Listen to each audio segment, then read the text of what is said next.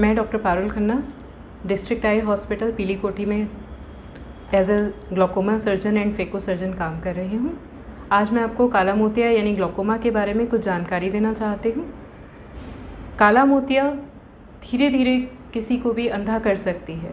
ये slowly progressive disease है जिससे कि आँख की नस धीरे धीरे सूखने लगती है। आँख की नस एक बार जितना सूख जाती है उसका कोई इलाज नहीं होता है। काले मोतिया का जो भी इलाज है, ऑपरेशन या दवाएं, ये सिर्फ इसे आगे बढ़ने से रोकने के लिए किया जाता है। इसको एक बार अगर बढ़ जाए तो इसे सही नहीं किया जा सकता, बस बढ़ने से रोका जा सकता है। यूजुअली ये 50 साल से अधिक उम्र के लोगों में होता है, लेकिन ये बच्चों में भी हो सकता है, जन्मजात भी हो सकता है ग्लोकोमा, या फिर जिसके परिवार में ब्लड रिलेशंस में ग्लोकोमा है उसमें होने के चांसेस ज़्यादा होते हैं।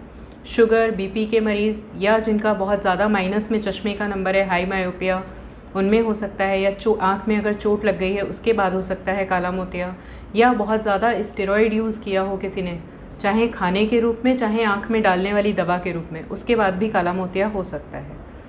यूजुअली इसकी हमारे पास जो मरीज़ आते हैं उनको पता भी नहीं होता है कि ग्लोकोमा है।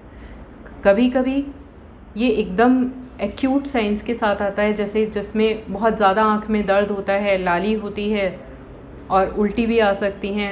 आँख के सामने इंद्रधनुष के जैसे रंग दिखाई देते हैं जिन्हें हम कलर्ड हेलोस कहते हैं। ये एक्यूट ग्लोकोमा के साइंस होते हैं। अधिकतर लोगों को बस आँख में भारीपन लगता है या उन्हें पता भी नहीं होता कि उन्हें ग्लोकोमा है, जिसे कि हम यहाँ पे चेकअप करते हैं तो हमें पता लगता है। इसमें प्रेशर नॉर्मल भी हो सकता है, आँखों का दबाव नॉर्मल भी हो सकता है या फिर बढ़ा हुआ भी हो सकता है। जन्मजात होता है ग्लोकोमा या कंजेनाइटल ग्लोकोमा जिसे कहते हैं, उसमें ये अधिकतर आँख की जो काली पुतली होती है जिसे कॉर्निया कहते हैं वो बहुत बड़े साइज़ का हो जाता है। इसके होने की वजह ये है कि आँख के निकलने का जो रास्ता है वो बंद हो जाता है या उसमें कुछ खराबी हो जाती है, तो ये पानी आँख के अंदर इकट्ठा होने लगता है, आँख का दबाव बढ़ाने लगता है, जो कि आँख की नस पे दबाव डालने लगता है। इसे ही काला मोतिया कहते हैं। इसे हम यूजुअली पर्दा देख के ही बता देते हैं, नहीं तो आँख का दबाव चेक होता है। इसके अलावा इसके लिए जो इन्वेस्टिगेशन है उसमें फील्ड है, विजुअल फील्ड कराते हैं, क्योंकि इसमें यूजुअली क्या होता है कि मरीज़ को पहले चारों तरफ से दिखना कम होने लगता है, बाद में उसकी सेंट्रल विज़न जाता है, रोशनी काफ़ी बाद तक भी अच्छी रहती है मरीज़ की, उसको सिर्फ फील्ड ऑफ विज़न जो है वो सिकुड़ता जाता है। तो विजुअल फील्ड्स कराते हैं इसके लिए। अगर उससे भी नहीं पता लगता है, बहुत अर्ली केसेस में OCT हमें कराना पड़ता है, जिससे कि हम देखते हैं कि आँख में नस में कितनी कमी आ गई है। यूजुअली हम इसका उपचार दवाइयों के माध्यम से ही करना सही समझते हैं। अगर मरीज़ का ग्लोकोमा दवाइयों से कंट्रोल में है, उसके फील्ड्स में कोई और प्रॉब्लम नहीं बढ़ रही है, तो हम उसको दवाइयों पे ही रखते हैं।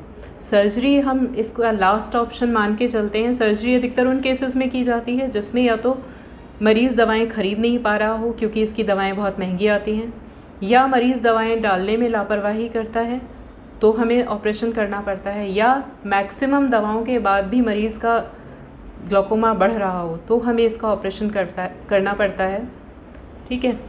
कुछ ग्लोकोमा है जो दवाइयों से कंट्रोल होते ही नहीं है, तो हमें उसका ऑपरेशन ही करना पड़ता है। ये ग्लोकोमा आँख में आगे बढ़ने से रोका जा सके, इसके लिए सिर्फ ये है कि हमें रेगुलर आई चेकअप कराते रहना चाहिए। किसी को भी खासकर 40 साल की उम्र के बाद साल या 1.5 साल में एक बार ऑफ्थल्मोलॉजिस्ट को दिखाते रहना चाहिए। अपने पर्दे की जांच करानी चाहिए, अपना प्रेशर चेक कराना चाहिए। खासकर शुगर, बीपी के मरीज़ या जिनके परिवार में ग्लोकोमा है, ग्लोकोमा की हिस्ट्री है किसी को भी, उनको अपना पर्दे का चेकअप ज़रूर कराना चाहिए, पर्दे का और अपने प्रेशर का, आई प्रेशर का।